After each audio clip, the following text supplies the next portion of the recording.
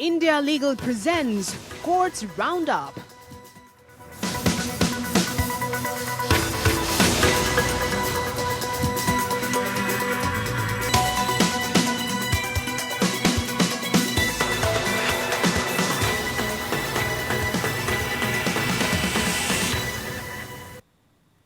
Concerned by possibility of smoke from stubble burning in Punjab and Haryana choking the NCR, the Supreme Court has appointed one-man committee under former Supreme Court Judge Madan Lokur to monitor the stubble fire and take preventive steps with the help of chief secretaries of concerned states.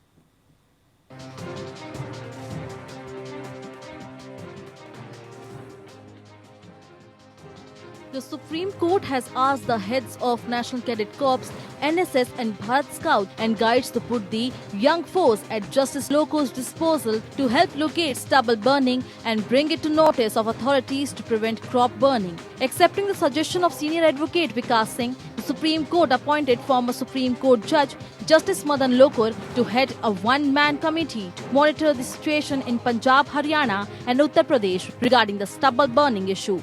The committee's mandate would be to prevent the problem from assuming unmanageable proportion. The bench of Chief Justice S.A. Bobde, A.S. Bopanna and V. Ramasubramaniam was hearing a plea filed by a Class 12 student Aditya Dubey, seeking direction to the Punjab and Haryana government to ban stubble burning against the backdrop of the ongoing COVID-19 pandemic. Stubble burning usually take place between September and December every year. The petitioner has contended that it is on record that stubble burning contributes almost 40% of air pollution in Delhi. The bench had earlier issued notice on the plea. Senior counsel Vikas Singh, appearing for the petitioner, says that the state of Punjab filed an affidavit which says that the state has launched an Android app to control the fires. He added that through the app has been in existence for a while. There have still been instances of fires. Singh said that his prayer is for the constitution of a committee headed by retired Justice Madan Lokur to look into the issue.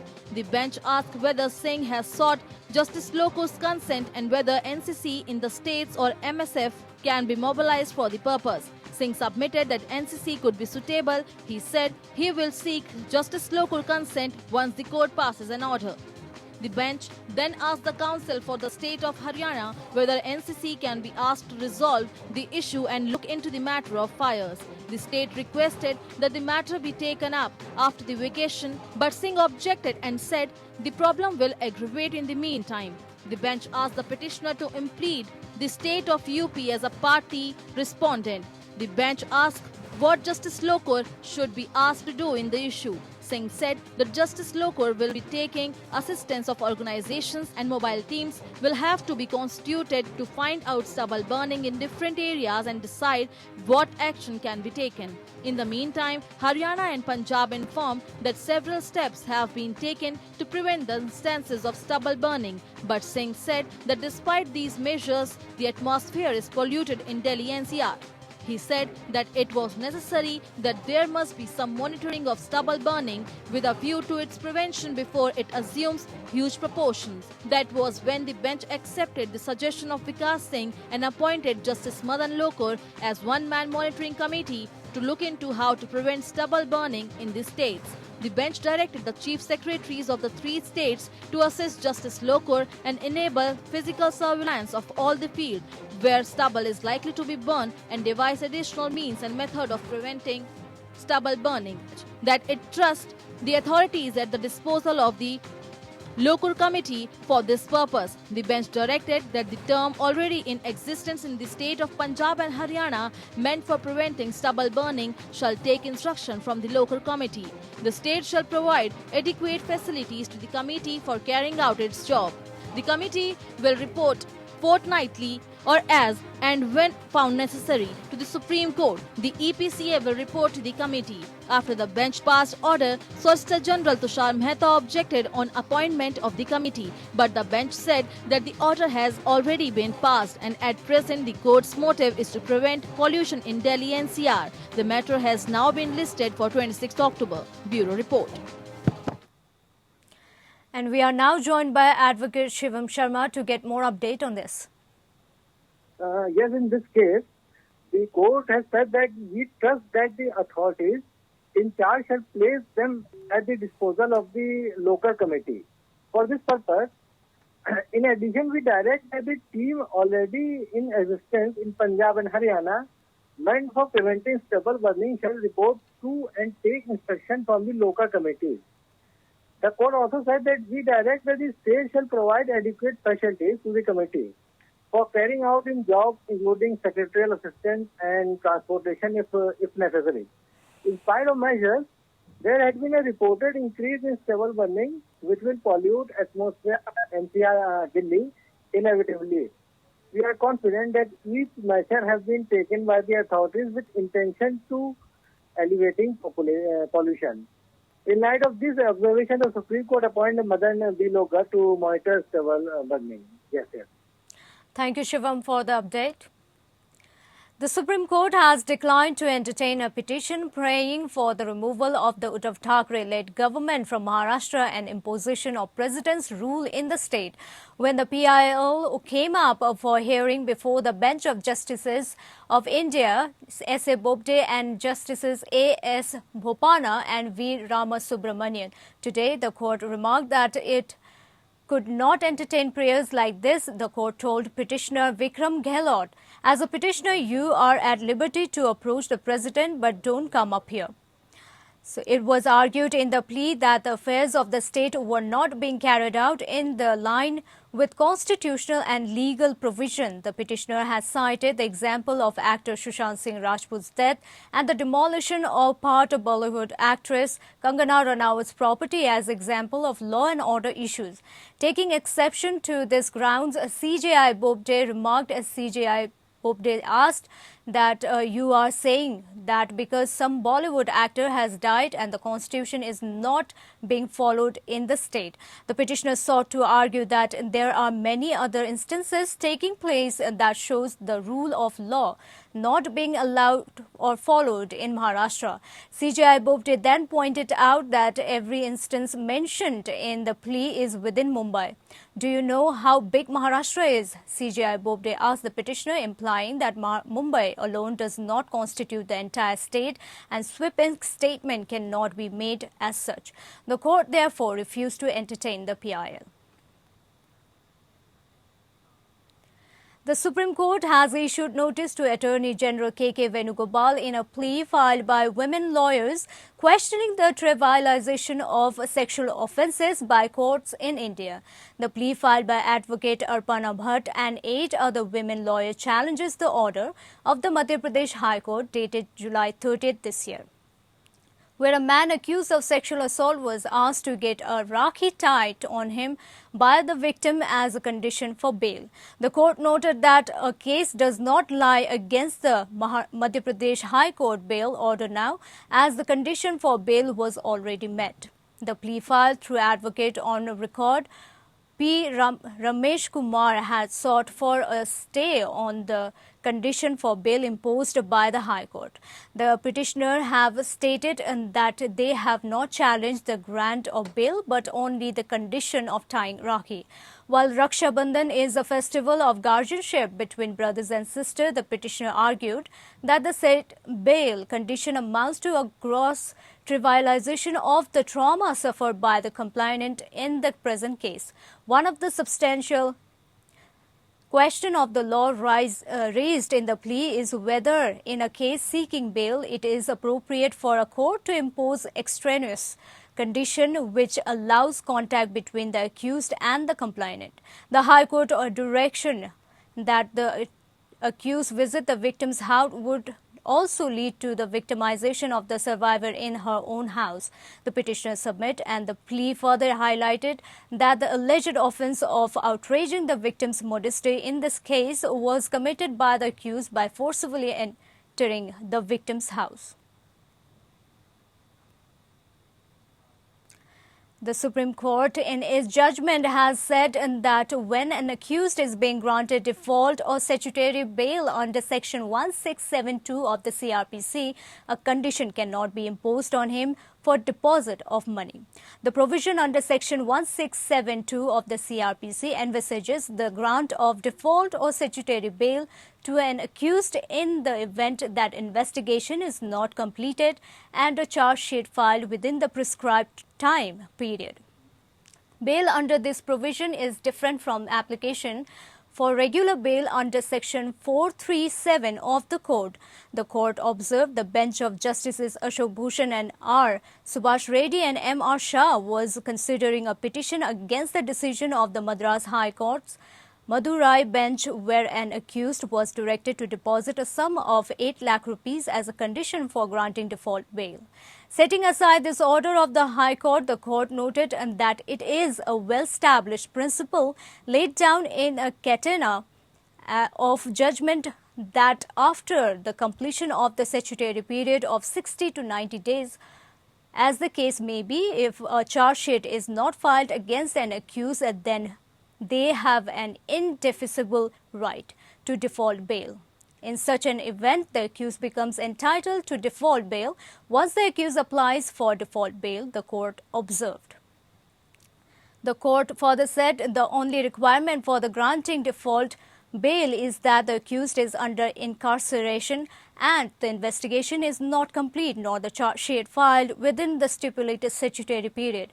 Imposing any other condition while granting default bail, which is a matter of right, would be unsubstantiable.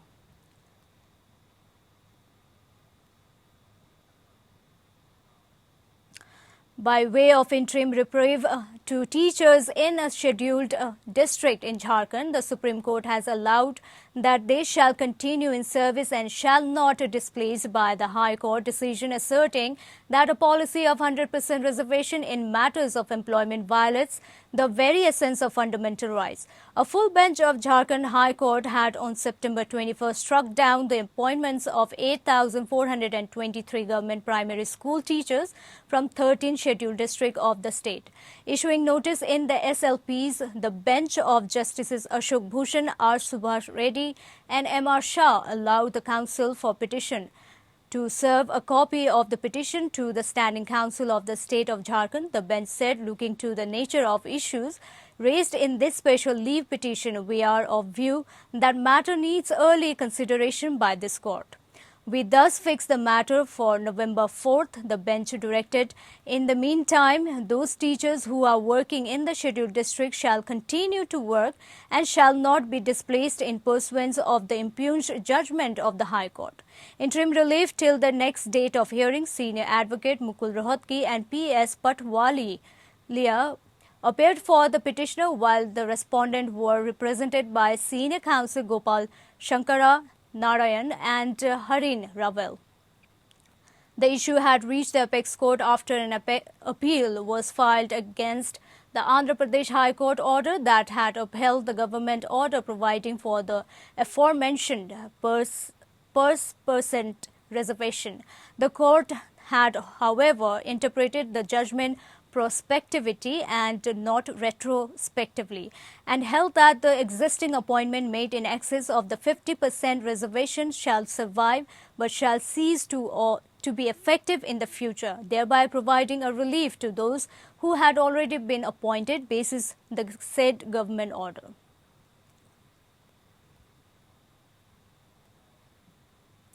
And in a 150-page judgment, the Supreme Court had ruled that the wife has the right of residence in the shared family property and not just in the separate property of the husband.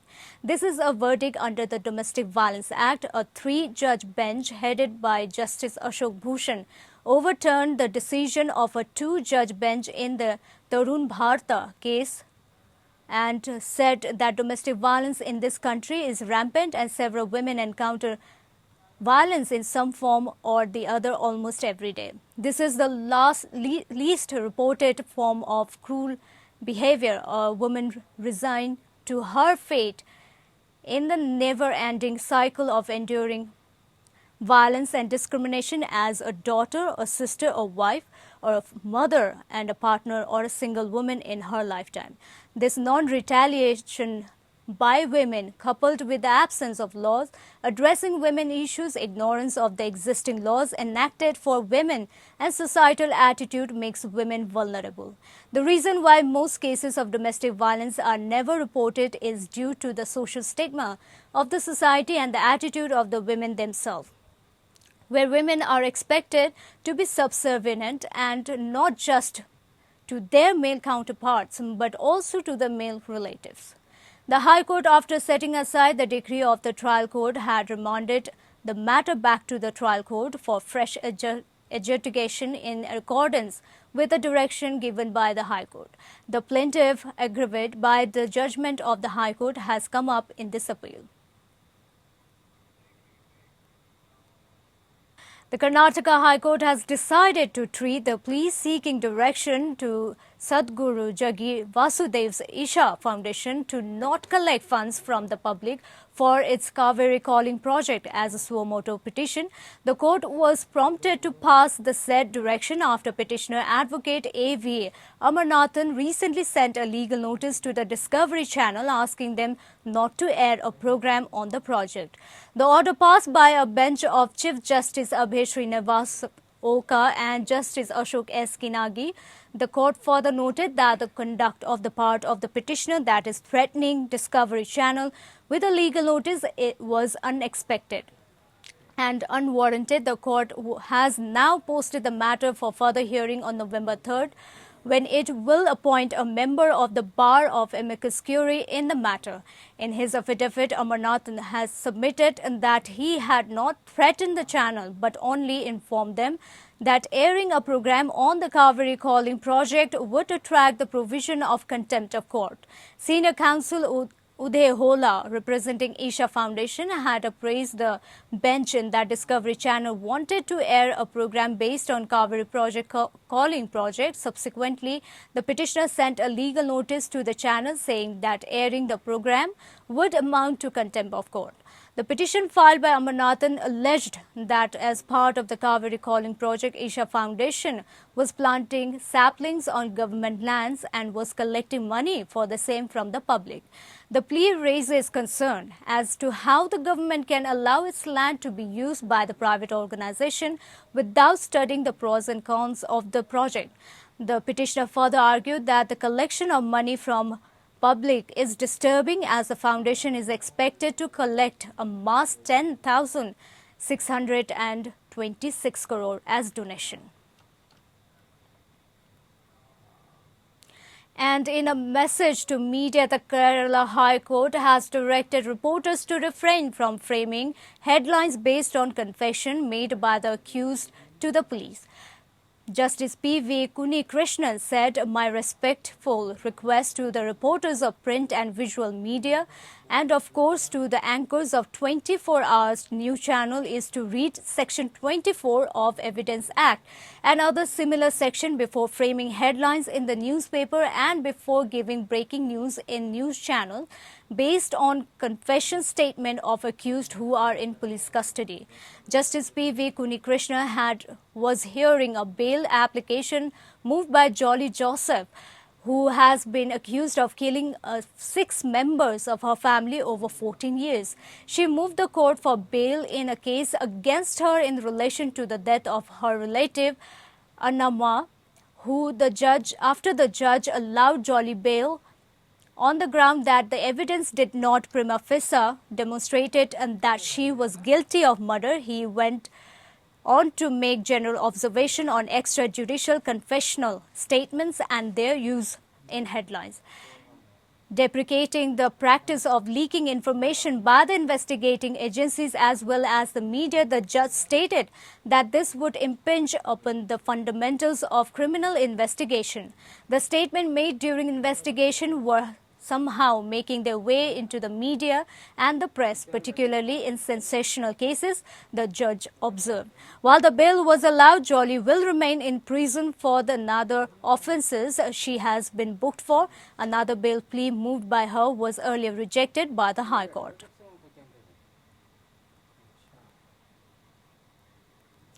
The Madhya Pradesh High Court refused to put a blanket order to restrict the circulation of news on WhatsApp, Facebook and other social media.